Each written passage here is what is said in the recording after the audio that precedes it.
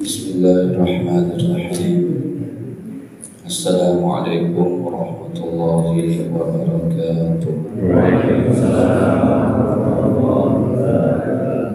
Innal hamdalillah nahmaduhu wa nasta'inuhu wa nastaghfiruh wa na'udzu billahi min shururi anfusina wa min sayyiati a'malina. May yahdihillahu fala mudilla lahu wa may yudlil fala hadiya lahu. Asyhadu an la ilaha illallah wahdahu la syarika lahu wa asyhadu anna Muhammadan abduhu wa rasuluhu la nabiyya ba'dahu. Allahumma shalli wa sallim ala nabiyyina Muhammadin wa ala alihi wa sahbihi wa man tabi'ahum bi ihsanin ila yaumil qiyamah. Amma ba'd. Ya ma'syarul muslimin wal muslimat, usikum wa nafsi bi taqwallah wa qad fazal muttaqun. Qala Allah ta'ala ya ayyuhalladzina amanu taqullaha haqqa tuqatih wa la tamutunna illa wa antum muslimun. Alhamdulillah, para hadirin kaum muslimin wal hadirat kaum muslimat yang dirahmati Allah Subhanahu wa taala. Sebelumnya marilah senantiasa kita panjatkan puji dan syukur hanya kepada Allah atas segala limpahan nikmat-Nya kepada kita, terutama sekali nikmat iman, Islam dan sehat afiat. Dan juga mengawali hari Sabtu ini Allah Subhanahu wa taala masih memberikan kepada kita kekuatannya untuk mengawali kehidupan kita dengan amal soleh terbaik, dengan sholat tahajud, subuh berjamaah, dan juga mengikuti kajian ilmu. Dalam hadis Imam Tirmidzi yang mafhumnya adalah apabila Allah sayang kepada seorang hamba, maka senantiasa hambanya dipakai untuk kebaikan-kebaikan, untuk sholat, untuk ngaji. Tapi kalau Allah sudah benci kepada hambanya, hambanya dibiarkan dia berkubang dalam dosa dan maksiat. Makanya ini nikmat yang termasuk paling besar yang harus kita syukuri. Hadirin, kita masih membahas, masih awal-awal daripada pembahasan dosa besar yang 70. Mukadimahnya itu begini, agama itu tidak akan sempurna dalam diri kita kecuali mengetahui dua perkara. Memang statementnya gampang sih, dua perkara, tetapi di dalamnya seabrek-abrek, segudang amal soleh, segudang perintah dan larangan. Dua perkara itu, yang pertama adalah menjalankan semua perintah Allah Ta'ala. Ini yang sudah bertahun-tahun kami mengisi kajian di sini, sudah sering kita bahas. Yang nomor pertama ini, sholat, puasa, masalah zakat, masalah tahajud, berdoa, ini itu, akhlak mulia, dan macam-macamnya. Tetapi agama kita tidak akan sempurna kecuali melakukan yang nomor dua, yaitu menjauhi larangan-larangan Allah. Dalam hadis Imam Baihaqi, ada orang sholat, ada orang puasa, tetapi kenapa masuk neraka? Dia puasa, dia sholat, tetapi kenapa masih masuk neraka? Karena dia masih dalam satu posisi tidak mengindahkan daripada larangan mencari nafkah. Nabi bersabda, "Aymal lahmin nabat min haram."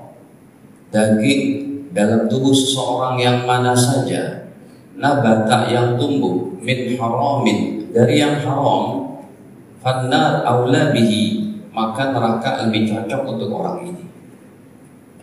Padahal dia puasa, padahal dia sholat. Hadirin, sudah kita bahas 3 poin. Yang nomor 4 belum sempurna, yaitu yang pertama adalah menyekutukan Allah dengan Tuhan yang lain, dengan ada 3 saudara kembarnya. Jadi semuanya ada 4 yang tidak diampuni: mati kafir, mati musyrik, mati murtad, dan mati munafik akidah. Yang kedua adalah membunuh jiwa yang tidak bersalah, membunuh orang yang tidak punya dosa. Dan ini memang hukumnya harus dijalankan berdasarkan hukum Islam, hukum Al-Quran, yaitu hukum qisas. Bagi orang yang membunuh, wajib dibunuh. Dan hukum positif di negeri kita sudah ada, terpidana mati itu sudah ada. Contohnya terpidana terorisme, terpidana membunuh secara berencana, kemudian terpidana narkoba, ya. Yang keempat terpidana korupsi. Dibunuh mati tidak korupsi? Oh belum. Udah Pak, udah. Korupsi dihukum mati sudah ada, tapi dengan alasan korupsinya di masa pandemi. Aturan pandemi dihilangin aja gitu. Karena korupsinya gila-gilaan ini. Ya, Bang Noel pun akhirnya ditoel juga sama KPK.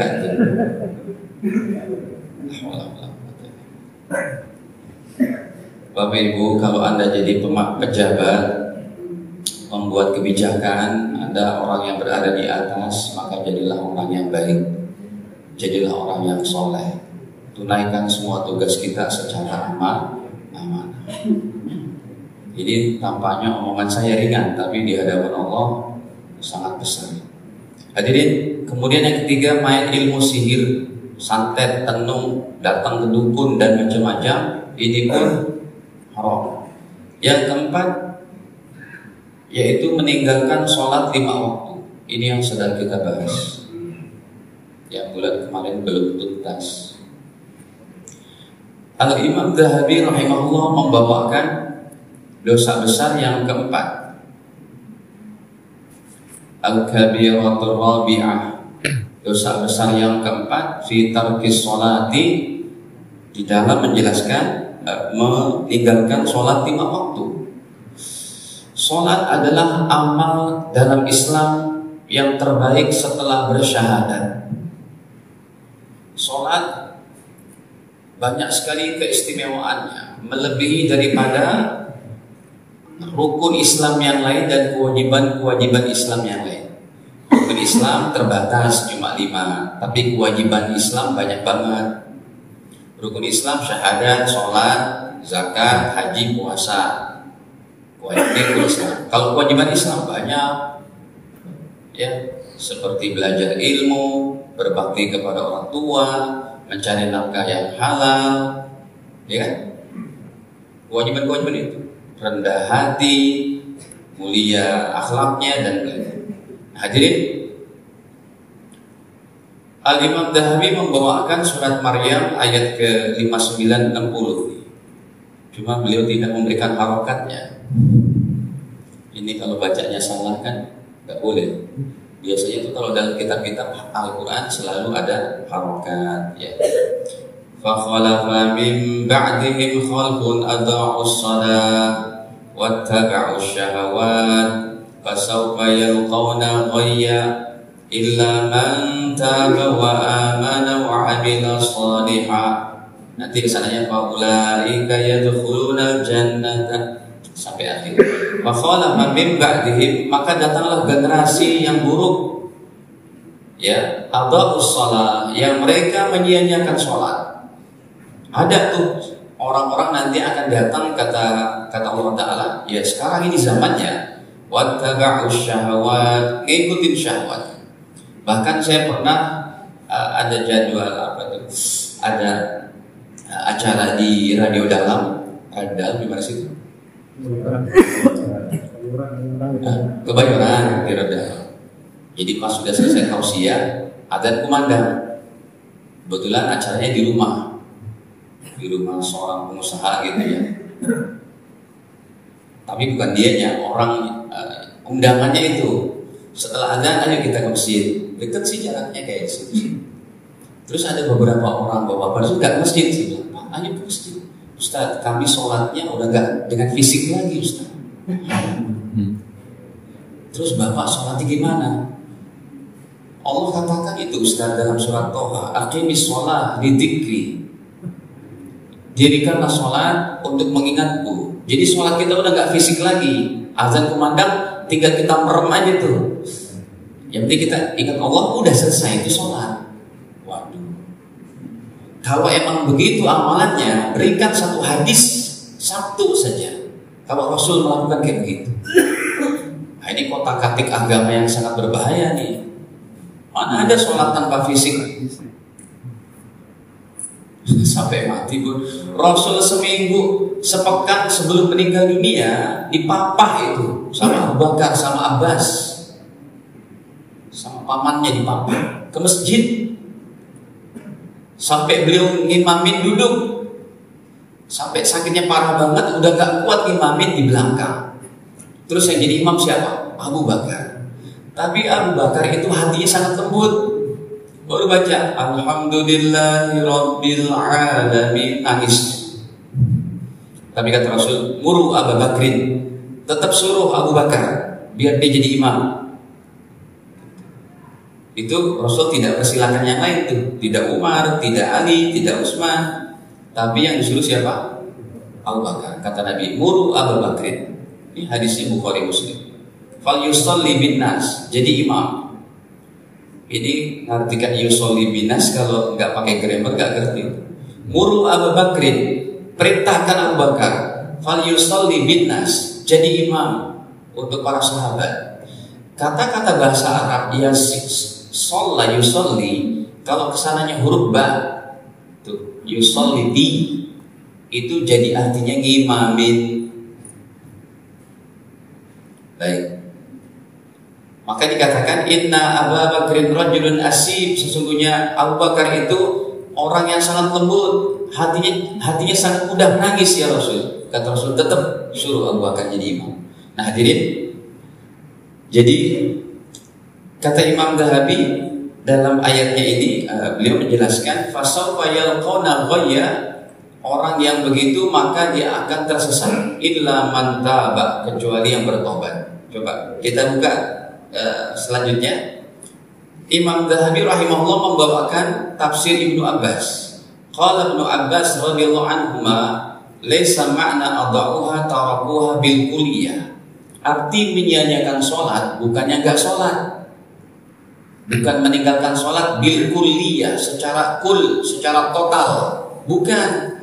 Tapi walakin akharuha an awqatiha, yang diartikan dalam ayat ini kata sahabat mulia Abdullah bin Abbas, yaitu mereka menyia-nyiakan sholat, artinya mengakhir-akhirkan waktu sholat. Sholat duhur sholatnya jam 15:01, sholat asar sholatnya jam 17:45, sholat isya jam 3 subuh, sholat subuhnya jam 6:01. Ya, kalau ibu-ibu sini sih kayak gitu ya Bu ya. Ibu-ibu di Babelan kayak gitu. Sholatnya diundur-undur tuh. Itu menyia-nyiakan sholat, kata sahabat. Bagaimana orang yang meninggalkan sholat? Ya, hadirin, orang yang meninggalkan sholat, kata Imam Syafi'i, bisa menjadi kafir dengan kategori-kategori yang beliau jelaskan. Ini contohnya di dalam hadis Sahih Bukhari Muslim, atau saya buka Sahih Muslimnya yang gampang. Kata baginda, inna bainar rajul wa bainash syirki wal kufri tarkas shalah. Nomornya masih awal-awal, 256. Inna bainar rajul, sesungguhnya yang membedakan seseorang dari kesyirikan, wal kufri, dan kekufuran, yaitu tarkas sholati, meninggalkan sholat 5 waktu. Jadi meninggalkan sholat 5 waktu bisa menjadi kufur. Ya, maka di sini Al-Imam Syafi'i berkata, beliau ulama salafus saleh kelahiran tahun 150 Hijriah. Orang yang meninggalkan sholat murtad. Bagaimana kategorinya? Bila tidak sholatnya dengan meniadakan kewajiban dan mengolok-olok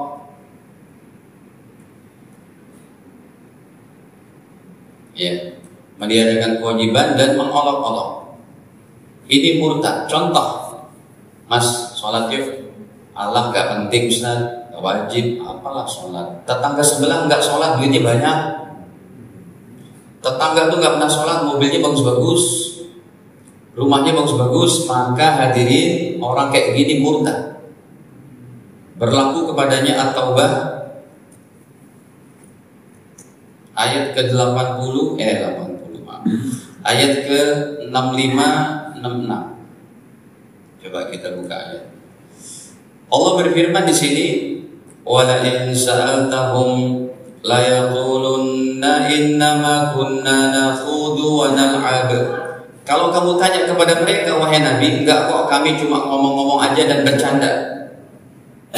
Agama dijadikan alat candaan, olok-olok. Hati-hati nih Bapak Ibu. Coba saya terjemah dulu.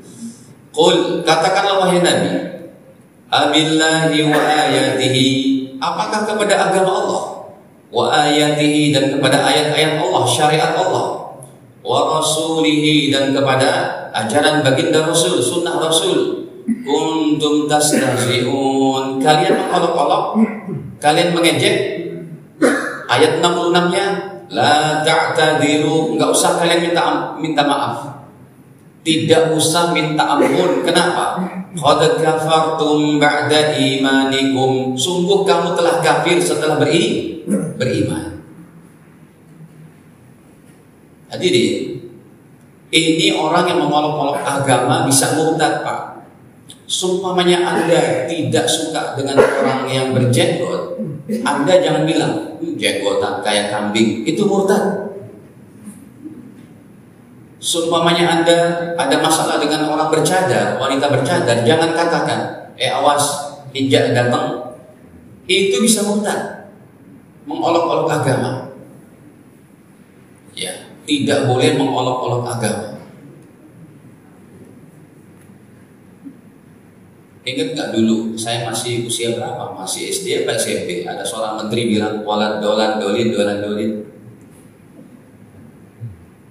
Kan repot itu, reputasinya langsung. Karena nggak boleh bilang dolan dolin. Masih ada yang ingat nggak Pak? Masih ini, itu udah berapa tahun dulu ya? 30 tahun lalu kan ini. Sudah almarhum. Tidak boleh seperti itu. Ya, akhirnya dia pergi ke Jawa Timur, ke pesantren besar. Usia 14 tahun sudah hafal 30 juz. Menterinya ini bilang, "Dek, kamu umur berapa?" 14. Hafal berapa juz? Sudah 30 juz. Waduh, hebat ya. 14 tahun hafal 30 juz. Bagaimana umur 20 tahun kamu hafal berapa juz lagi? Ya diketawain. Kata ajudannya, "Bapak kenapa bilang begitu?" "Emang kenapa?" "Karena Al-Quran cuma 30 juz, masa 20 tahun berapa juz?" Emangnya Al-Quran orang Syiah 40 juz. Baik. Nah hadirin, yang kedua dia tidak murtad, tapi dosa sangat besar.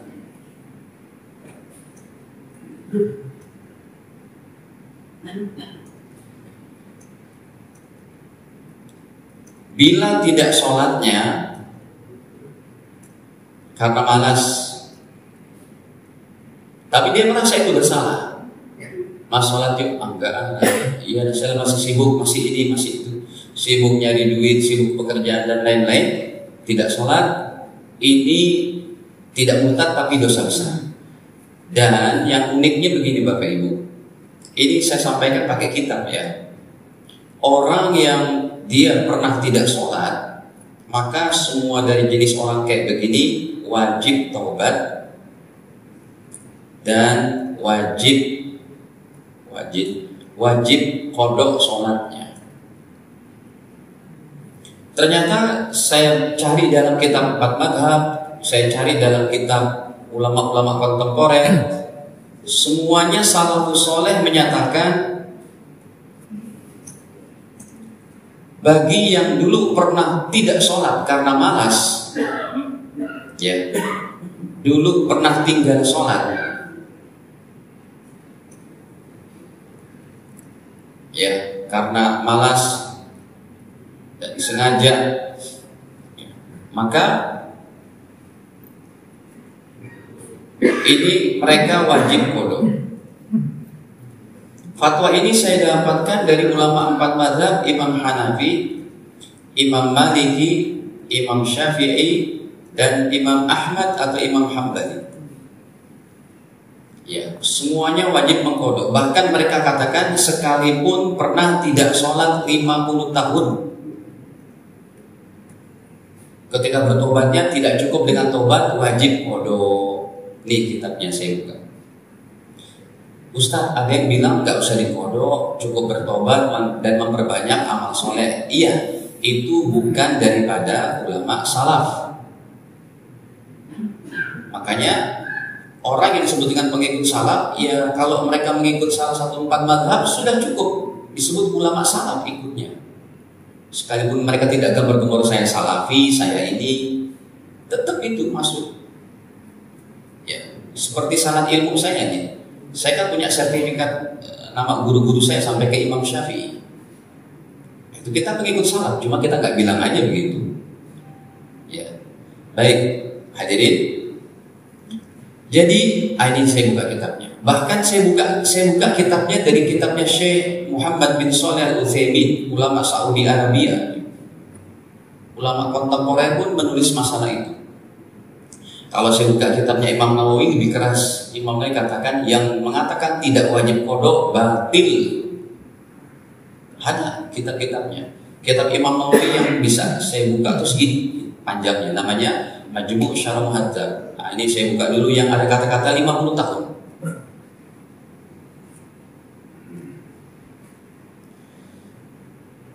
Nih sudah ada. Ini kalau mau dilihat autornya atau penulisnya, kitab Majmu'ul Fatawa Al-Utsaimin, punyanya Syekh Shalih Al-Utsaimin, ulama Saudi, meninggal tahun 1999 baru kemarin. Hadirin, yang tidak mengqodok 5 orang. Wanita haid tidak mengqodok sholat, wanita nifas tidak mengqodok sholat, anak kecil tidak mengqodok sholat, orang gila tidak mengqodok sholat, sama mu'alaf tidak mengqodok sholat. Kok baru masuk Islam? Iya Ustaz, umur berapa? 50 tahun. Qodok kok nggak jadi dia balik lagi gitu. Yang mu'alaf tidak mengqodok. Yang mengqodok itu kita yang dari kecil. Begitu kata para ulama. Coba kita lihat ini. Kenapa saya langsung buka fatwa mereka? Tidak hadisnya. Ya, kalau kita buka hadisnya langsung khawatir tidak adab dengan para ulama. Mendahului ulama itu tidak bagus.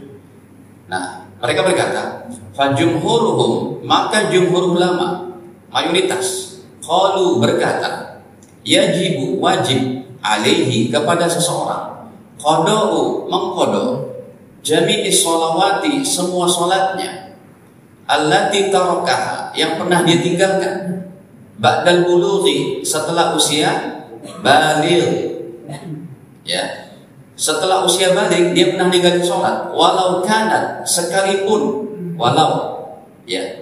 walaupun kalau bahasa kitanya, walau kanat sekalipun sholat yang pernah ditinggalkan aksar lebih banyak min khamsina sanatan dari 50 tahun.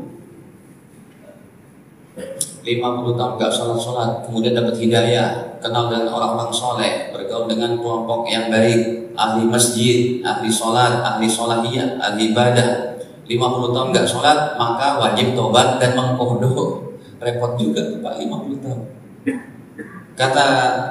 Kata Syekh Utsaimin, wa hadza madhab Malik. Ini fatwa Imam Malik, ulama kota Madinah nomor 1. Ya. Gurunya Imam Syafi'i, kelahiran 93 Hijriah. Guru beliau kepada Rasul cuma jarak satu orang. Beliau ngaji daripada sahabat Anas, beliau ngaji daripada sahabat Uzaifah dan lain-lain. Wa Abi Hanifah dan Imam Hanafi. Harusnya Imam Hanafi dulu nih, karena beliau lebih senior. Kelahiran 80 Hijriah. Kalau Imam Hanafi lahirnya di Kufah, di Baghdad, dekat Basrah di mana Irak. Ya. Wa Syafi'i dan Imam Syafi'i, kelahiran jalur Gaza. Kelahiran jalur Gaza nih Pak, tahun 150 Hijriah. Jalur Gaza, tapi beliau orang Mekah asli. Kenapa lahirnya di sana Ustaz? Karena bapaknya lagi dinas keluar. Bapak ibunya dapat mutasi kerja di mana? Jalur Gaza. Lahirlah Imam Syafi'i di sana. Setelah di kandungan beliau, bapaknya, beliau usia berapa tahun? 6 tahun meninggal. Lalu sama ibunya balik lagi ke Mekah. Tinggalnya di kota Mekah di suku Huzail. Kelahiran 150 Hijriah. Kalau Imam Syafi'i kepada Rasul mungkin sanad ilmunya cuma 3 orang, 4 orang. Imam Syafi'i ngaji dari Imam Malik, Imam Malik dari Imam Nafi', Imam Nafi' daripada Imam sahabat mulia Abdullah bin Umar. Rasul cuma 3 orang. Wa Ahmad dan Imam Hambali, namanya Imam Ahmad bin Hambal, terkenalnya dengan sebutan Hambali. Kelahiran 167 Hijriah. Fajami'u haula'il a'immatil arba'ah. Maka semua ulama yang 4 madhab muttafiquna, mereka sepakat ala annahu yajib alaihi qada, dalam hal ini wajib qada. Baik. Akhirnya saya cari lagi tuh dalam kitab-kitab. Emang ini siapa sih yang bilang gak qada? Saya pernah ikut satu pengajian di Al-Adhar Kebayoran. Dulu masih saya sekolah apa gitu ya. Kita sering ngaji gitu. Saya ngaji sama di daerah Pramuka sama Ustadz Abdul Hakim Abdad gitu kan. Atau saya dengar daripada YouTube-nya Ustadz Yazid Jawas yang baru meninggal. Nggak ada kodok. Bahkan itu bid'ah. Saya jadi pelik ini kok jadi dikatakan bid'ah. Katanya pengikut salafus saleh. Saya cari tahu Pak, nanti saya tampilkan kitabnya.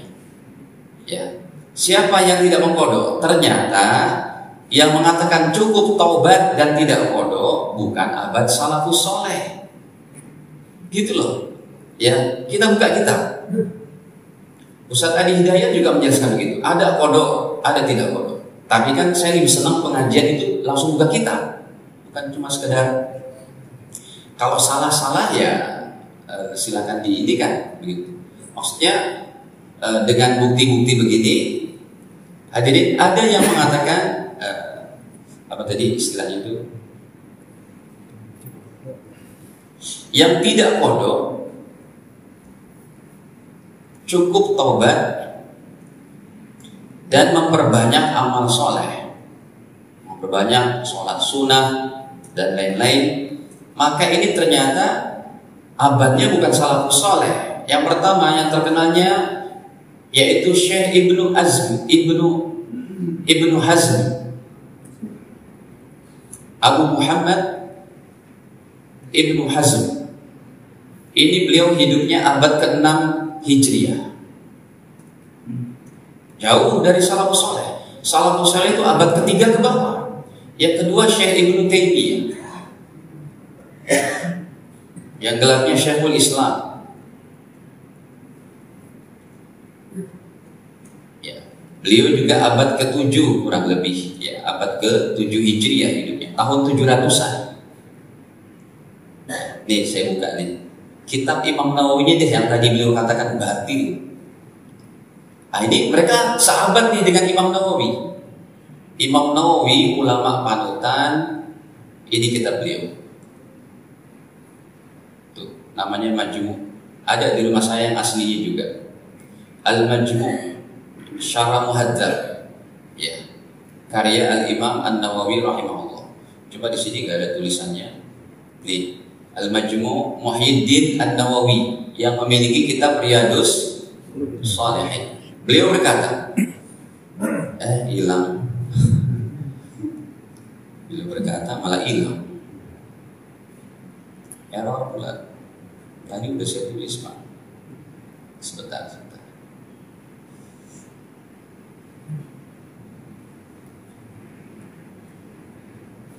Ya salah kitab digital gitu, salah ngeklik langsung error. Ini kitab beliau namanya Majmu' Syarh Muhadzab.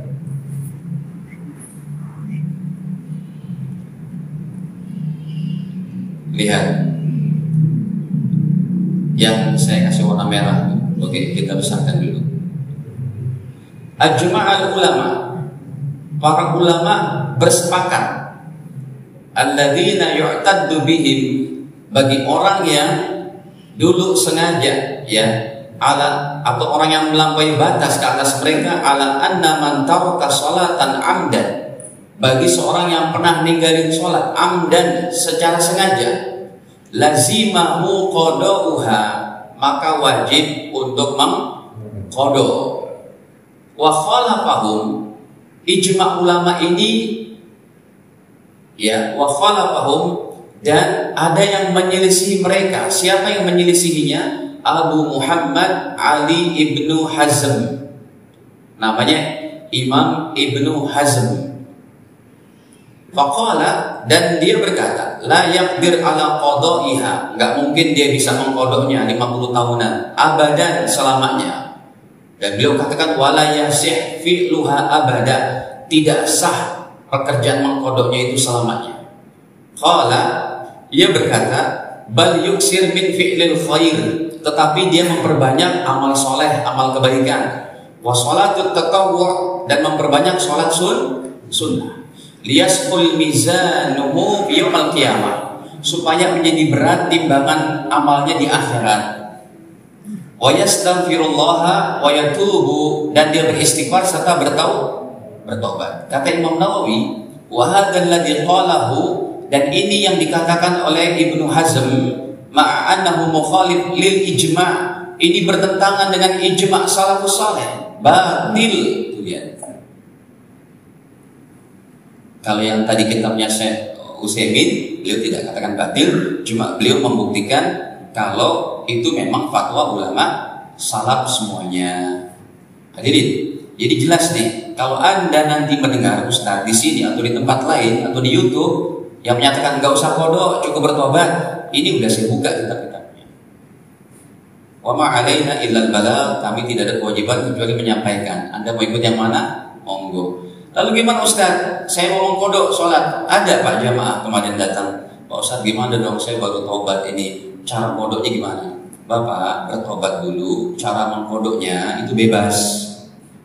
Sholat qada itu sudah tidak berkesesuaian dengan waktu lagi, lebih cepat, lebih baik. Contohnya, sholatnya gimana? Jadi kalau punya hutang sholat kayak begini, tidak usah sholat sunnah. Sebelum subuh Anda sibukkan dengan qada subuh. Sesudah subuh qada juga. Sebelum duhur qada. Sesudah duhur qada. Sebelum asar qada. Kalau hutang sholatnya 30 tahun dengan cara yang tadi saya jelaskan, sebelum subuh qada, sesudah subuh qada, sebelum duhur qada, setelah duhur qada, itu cukup diringkas 30 tahun, berarti Anda menjalankan tinggal 15 tahun saja. Karena sekali waktu sholat wajib yang tunai, Anda qada berapa sholat? 2. 30 bagi 2 berapa? 15 tahun. Gitu. Berarti iya. Hadirin, dalilnya dibawakan oleh ulama lebih dari 10 hadis tentang hadis qada. Yang pertama, puasa saja yang tidak dijalankan itu jadi hutang. Kias aulawinya dalam ilmu kiasnya, analogi ke atas. Kalau sholat aja, puasa aja yang tidak lebih penting dari sholat jadi hutang, apalagi sholat. Dan ini adalah dari lisan Nabi, hadis Sahih Bukhari. Coba kita lihat bahwa siapa yang punya hutang puasa, silakan dipuasai. Kalau ibunya udah meninggal, Anda yang mempuasai ibu Anda, karena itu hutang. Kalau mampu, kalau enggak apa-apa, tinggal dibayarkan fidyah. Ini contohnya yang pertama, kata Nabi. Jadi statement hutang ibadah. Tahun kemarin Bapak Ibu ada 1 miliar. Ustadz, saya ingat deh Ustadz ada 1 miliar. Dan saya nggak keluarkan zakat tahun kemarin. Uangnya masih ada nggak? Masih di ATM 1M. Tahun ini bulan Ramadan berapa Ustadz keluarnya? Bukan 2,5% Pak. Bayar hutang kemarin. Jadi berapa persen? Harusnya di 25. Karena tahun kemarin belum dikeluarkan dari 1 miliarnya, maka dia keluarkan berapa? 50. Jadi hutang. Itu kata Nabi. Ya. Ini coba hadisnya. Sahih Bukhari 1852.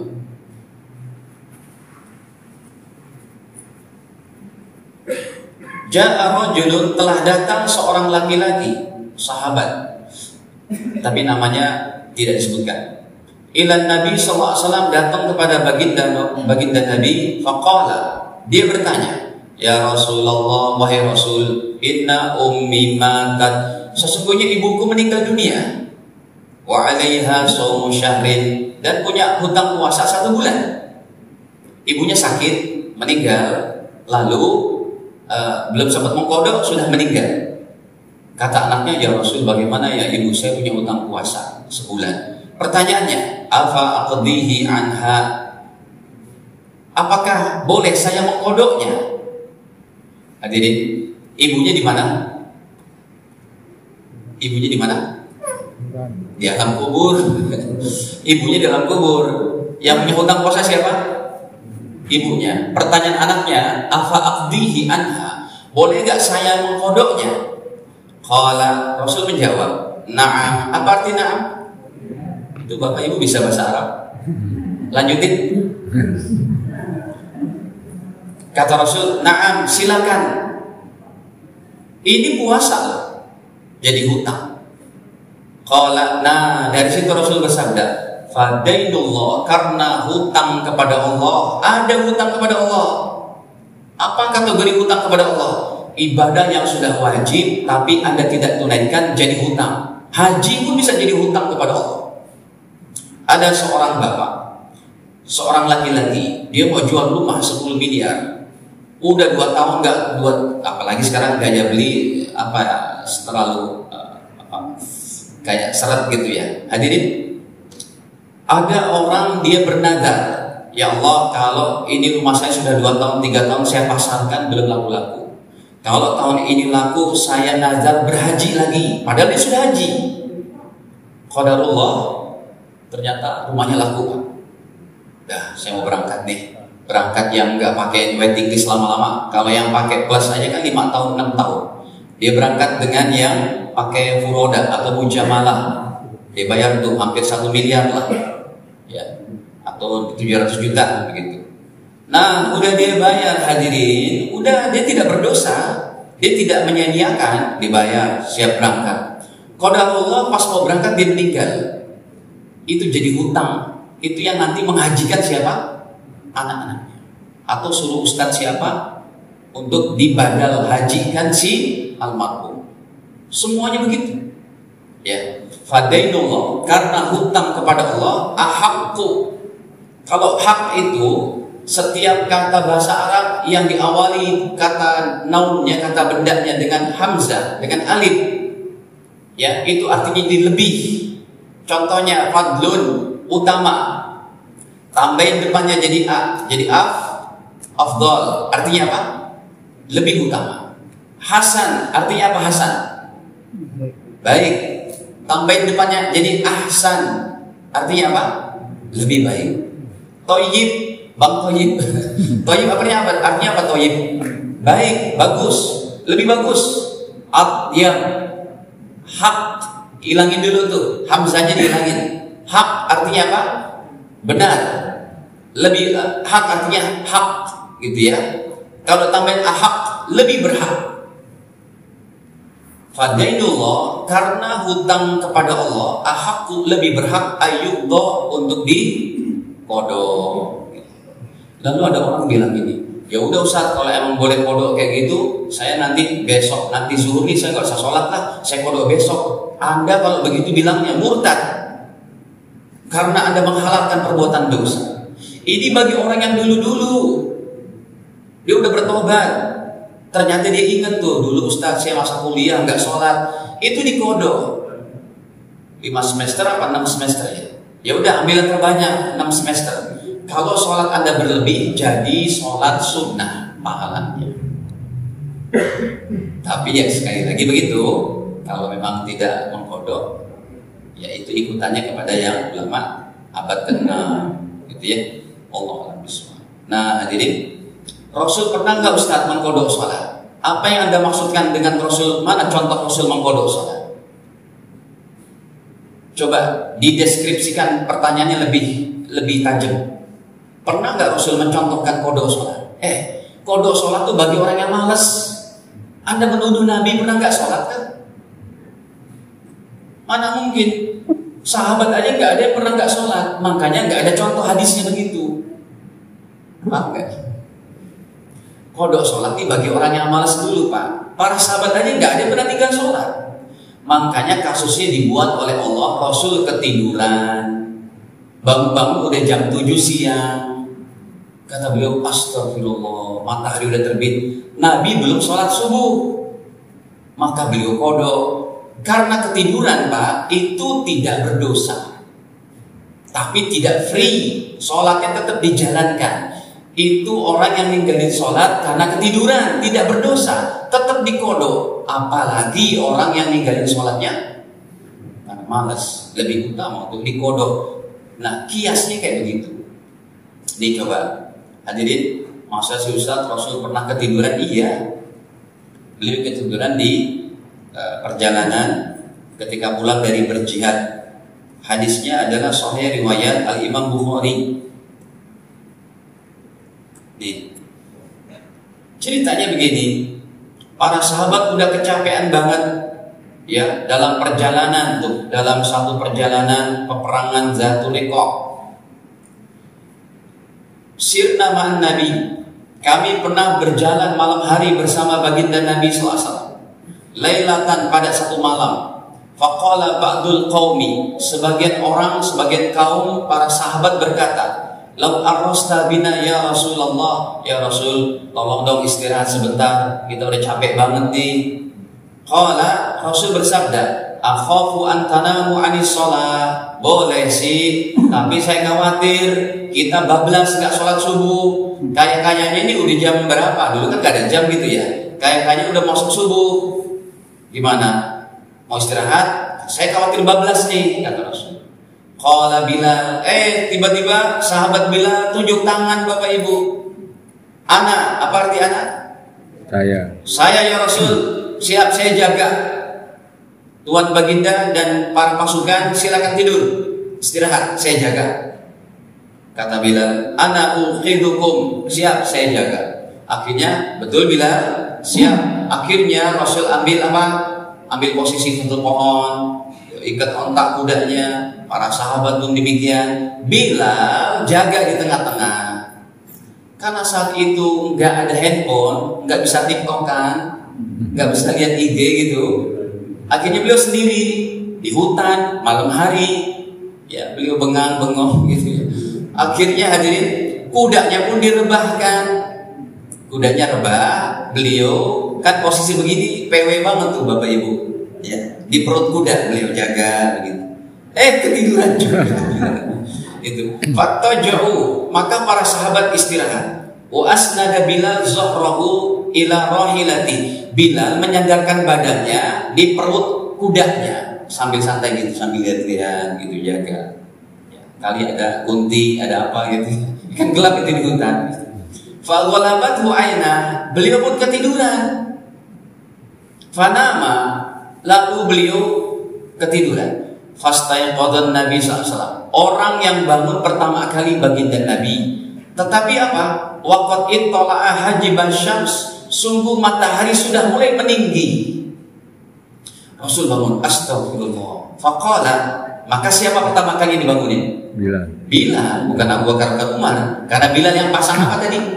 pasang badan. Ya Bilal, ini kalau frase dalam bahasa Arabnya Bapak Ibu, ini kata-kata yang seseorang menuntut janji, orang yang sudah pernah berjanji. Ya Bilal, aina ma qulta. Ini kata-kata ini cukup tegas kalau dalam kita yang ngerti bahasa Arab. Aina ma qulta. Mana tadi janjimu begitu? Ya, janji ini itu nggak dikelar-kelarin gitu. Ya Bilal, aina ma qulta. Mana yang kamu bilang tadi? Qala, Bilal mencoba membela diri. Ma alqaitu alayya naumatan mislaha qattu ya Rasulullah. Maaf, saya ketiduran juga, saya ngantuk banget. Ya udah, dasar kamu nih. Bangunin sahabat. Kamu kemana azan? Cari air untuk berwudu. Kemudian mereka sholat qobliyah dulu. Kemudian mereka kodok sholat wajibnya. Qobliyahnya pun dikodok. Nih kan, hadisnya saya perjelas lagi dalam riwayat Imam Ibnu Majah. Di sini bahkan kata-katanya dari sahabat faqadahuma 1210. Ini menjelaskan hadis yang tadi. Bahkan yang meriwayatkan sahabat mulia Abu Hurairah, the master of hadisnya dari kalangan sahabat. Kenapa? Karena hafalan hadisnya paling banyak, 5.374 hadis. Imam Syafi'i aja hafalan hadisnya di atas 100.000, Pak. Ini para sahabat yang paling banyak menghafal hadis cuma 55.000 saja. Kenapa? Kok Imam Syafi'i bisa menghafal di atas 100.000? Karena beliau mengumpulkan dari banyak sahabat, gitu kan. Di satu orang ini paling banyak nih Pak. Ini kiainya para sahabat. Abu Hurairah berkata, Anna Nabi Sallallahu Alaihi Wasallam, sesungguhnya Nabi SAW nama itu artinya tidur. An raqatil fajri, nggak sempat sholat qobliyah fajar, qobliyah subuh. Faqadahuma, beliau mengkodoknya. Ba'dama tala'ati syamsu, beliau mengkodoknya setelah terbit matahari. Bisa juga sebelum terbit matahari. Nah hadirin para jemaah dirahmati Allah, ya. Jadi dari sekarang hadirin ajarkan anak-anak kita dari usia 5 tahun, 7 tahun supaya mereka jejak sholat. Bapak Ibu bilang kepada anak-anak kita, nak, 30 tahun, 40 tahun ke depan mungkin kamu sudah mendapatkan ini, itu dan macam-macam yang kamu cita-citakan. Itu tidak merupakan kebanggaan yang paling hebat di hati bapak, ibu, papa, mama, ya, papi, mami, abi, umi. Tapi yang menjadi kebanggaan abi, umi adalah kamu 30 tahun, 40 tahun ke depan masih sujud dan ruku kepada Allah Subhanahu wa taala. 30 tahun, 40 tahun ke depan kamu masih ibadah kepada Allah. Itu yang menjadi kebanggaan kami. Kenapa? Karena kalianlah yang melanjutkan sujud dan ruku kami di hadapan. Nanti anak-anak kita bilang lagi kepada anaknya lagi, anaknya bilang kepada anaknya lagi, begitu terus. Jadi pahala jariah semua. Bapak Ibu, ini diantaranya baru nomor 4 ya. Nomor 5-nya itu man uzzaka, sudah disyarah. Nomor 4-nya adalah meninggalkan bayar zakat. Ya ini insya Allah kita bahas bulan yang akan datang. Insya Allah kalau banyak. Silakan, ada yang mau ditanyakan sampai sini? Ya. Waalaikumsalam. Saya mau tanya, kalau misalkan saya kesulitan ketiduran pas bisa bangun pas waktu masa itu, gimana tanya kalau kita melakukan sholat kita waktu tahajud? Bapak, sholat tahajud habisnya itu ketika masuk adzan subuh. Jadi kalau Bapak ketiduran bangunnya jam 2, jam 3 itu masih ada waktu sholat isya. Bisa dipaham? Hanya saja nanti Anda mendapat dosa atau tidak bergantung kepada kejadian dan alasan. Kenapa Anda sampai ketiduran? Ustadz, saya dari siang sampai habis sholat maghrib tetap jaga orang tua saya sakit.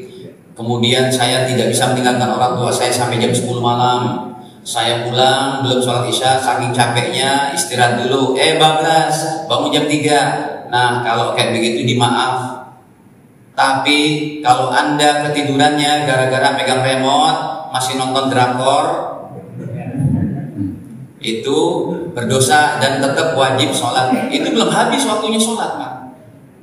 Sholat subuh itu habisnya waktu jam adzan subuh. Cuma kalau ditunda-tunda, alasannya apa? Kalau asal alasannya syar'i maka dimaaf, kayak tadi saya katakan. Bapak Ibu, kemarin saya ke Jawa Timur. Bulan kemarin kan saya ke Jawa Timur 2 kali. Saya sholat maghrib aja jam 1 malam. Paham nggak kasusnya gimana? Saya sholat maghrib jam 12 malam, jam 1 malam. Musafir, sholatnya saya jamaah takhir dengan apa? Dengan isya. Emang jamaah takhir gimana Ustaz? Ya selama masih ada waktu isya kita lihat jamaah takhir. Kan boleh keringanan seperti itu. Kecuali Anda sholat jamaah takhir di BSK sini. Itu berdosa, nggak ada namanya. Harus musafir dulu. Cuma safar kita pakai yang umum-umum aja dah. Safar itu kalau jaraknya udah garis lurus 90 km. Bukan keluar rumah Anda sudah jadi musafir. Emang mau kemana perginya? Ke Pasar Senen Ustaz, Jakarta. Itu mah bukan musafir jarak jauh. Sholatnya nggak boleh dijamak jadi kosor, gitu. Jadi tetap itu masih ada waktu sholatnya. Tinggal nanti alasannya kenapa. Ada lagi? Ibu-ibu mungkin?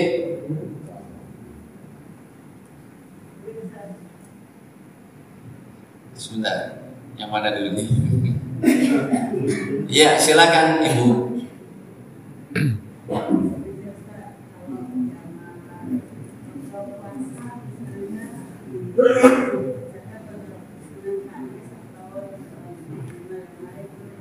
Kodok puasa dikerjakan pada waktu Senin Kamis atau waktu yang lain bisa tidak? Sudah Pak, sudah. Kodok puasa boleh nggak dilakukan pada Senin Kamis, Ibu? Kodok puasa itu dilakukan bebas.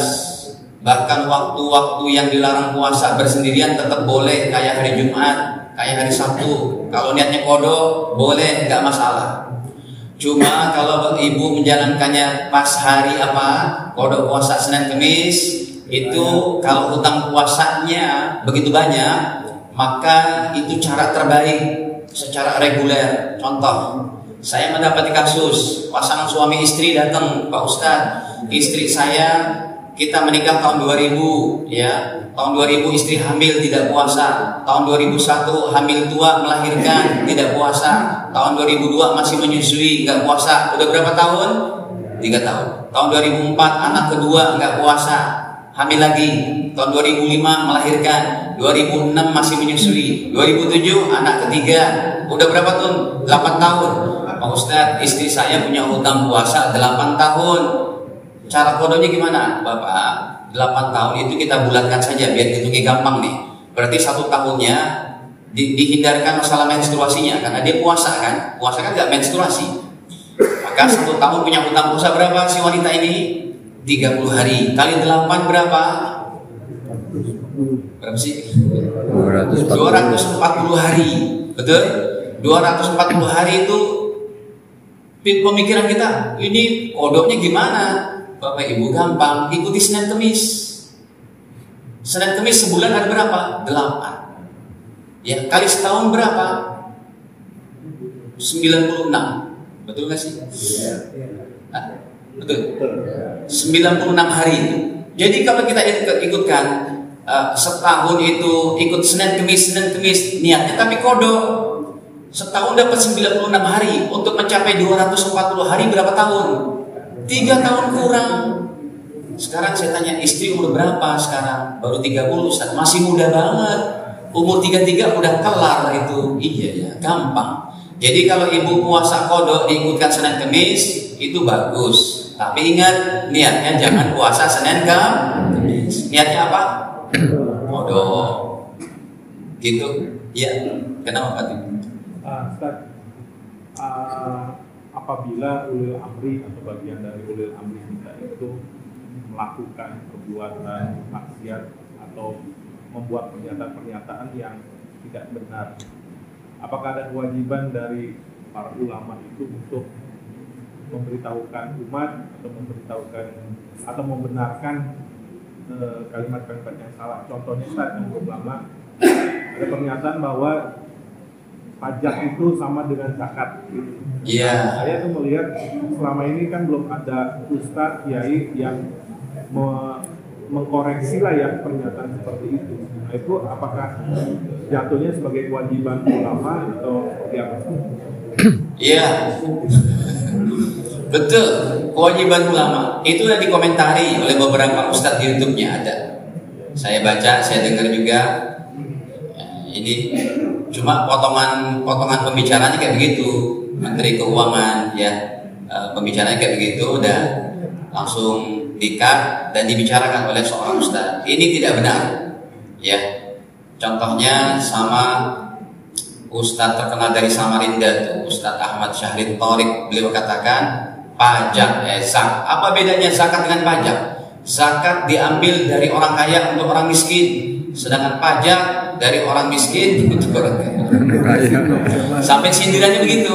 Artinya gini Pak Timi, udah ulama ada, bahkan ketua NU terdahulu baru-baru ini Pak Said Agil Sirot, ya kita enggak kan ulama NU yang zaman sekarang agak masuk angin gitu ya. Tapi ini beliau berkata kemarin bahwa kalau uang pajak betul-betul diselewengkan, kami orang-orang NU se-Indonesia akan kami instruksikan tidak usah bayar zakat. Ada statement itu, udah ada. Ya, sampai Ustadz Adi Hidayat pun berkomentar. Kan beliau dekat dengan pemerintahan sekarang. Makanya kalau memang beliau dekat dengan pemerintahan, semoga beliau bisa memberikan masukan-masukan dengan segala resiko. Begitu. Saya pun begitu. Ketika saya ngajar di kantor BUMN, kan saya sampai sekarang udah ngajar di kantor BUMN Pak Erick Thohir itu udah lebih dari 10 tahun. Jadi kalau hal-hal itu saya bicarakan aja. Besoknya nggak diundang, ya nggak apa-apa, emang kenapa? Kita bicarakan. Ini pajak tidak boleh disamakan dengan zakat. Ya, pajak itu sebagai ulama bahkan menyatakan hukum haram. Kemarin saya ke Doha sebelum Ramadan. Kita ngobrol sama orang Doha. Kaif ya Syekh, kaif halukum, kaif hayatukum fi Qatar. Kotor itu bahasa Arabnya Pak. Jangan antum ngagapin kotor gitu. Qatar kalau bahasa kitanya. Kalau nyebutnya pakai bahasa Arab apa? Kotor. Saya tanya, "Kaifa antum bi qatar hayatikum?" Ana sami'tu anna hayatakum muri'a, hani'a, jayyida, kata-kata mumtaza. Dia bilang, "Akhi, kami di Qatar, ya, kehidupan kami Masya Allah. Dari SD sampai kuliah S1 pun gratis, rumah sakit gratis, ya, kemudian juga gaji seorang kepala keluarga itu di atas 170 juta, kecuali pendatang. Imam masjid aja di atas 30-50 juta Pak, yang nanggung negara. Dan ketika ada pendatang dari Amerika, dari apa, seperti di Dubai, di Doha, di Qatar, itu pendatang bekerja, mereka katakan this your money, ya, kita tidak akan ambil teks dari Anda. Kalau di Amerika teksnya itu tinggi banget di barat, sampai 35%, 40%. Coba tanya nih kayak Pak Tim ini, ngerti masalah itu. Jadi hadirin, untuk yang kayak begituan, mereka katakan di negara Arab loh, di Dubai di ini nggak ada teks kayak begitu. Jadi kami hidup betul-betul dari sumber daya alam, sumber daya manusia yang mengolah secara amanah, secara baik. Nggak ada pajak sedikit pun. Makanya hadirin, kalau pajak dipakai untuk pembangunan, oke lah, itu masih ada ulama yang membolehkan. Tapi sebenarnya kalau sisi gelapnya mudah kita bicarakan. Sisi gelap perpajakan apa? Tetangga saya Pak, masih ngontrak, motornya motor Beat, masih nyicil, BPKB pun belum di tangan, masih STNK. Dia wajib gak bayar pajaknya? Itu ngontrak masih fakir miskin, tapi tetap bayar pajak. Sebenarnya kalau pajak mau betul-betul diminimize menjadi halal, itu diambil dari orang-orang kayanya saja. Yang orang miskin betul-betul didata, yang gaji di bawah UMR itu nggak usah bayar pajak, harusnya begitu. Ya, jadi ini jadi kemana-mana nih. Jawabannya ulama ada yang memperingatkan, dan kita pun berbicara masalah itu. Makanya hati-hati nih Pak. Ya, Masya Allah, negeri ini jangan ditambah ribet dengan kuat-kuat para pejabat yang aneh-aneh gitu ya. Baik, saya rasa itu aja. dan tetap berdoa untuk kebaikan kita semuanya, dihindari daripada dosa-dosa besar ini. Hadanallahu majma'in, kekurangan mohon dimaafkan, dan kita akhiri dengan kafaratul majelis. Subhanakallahumma bihamdik, asyhadu an la ilaha illa anta astaghfiruka wa atubu ilaik. Wassalamualaikum warahmatullahi wabarakatuh.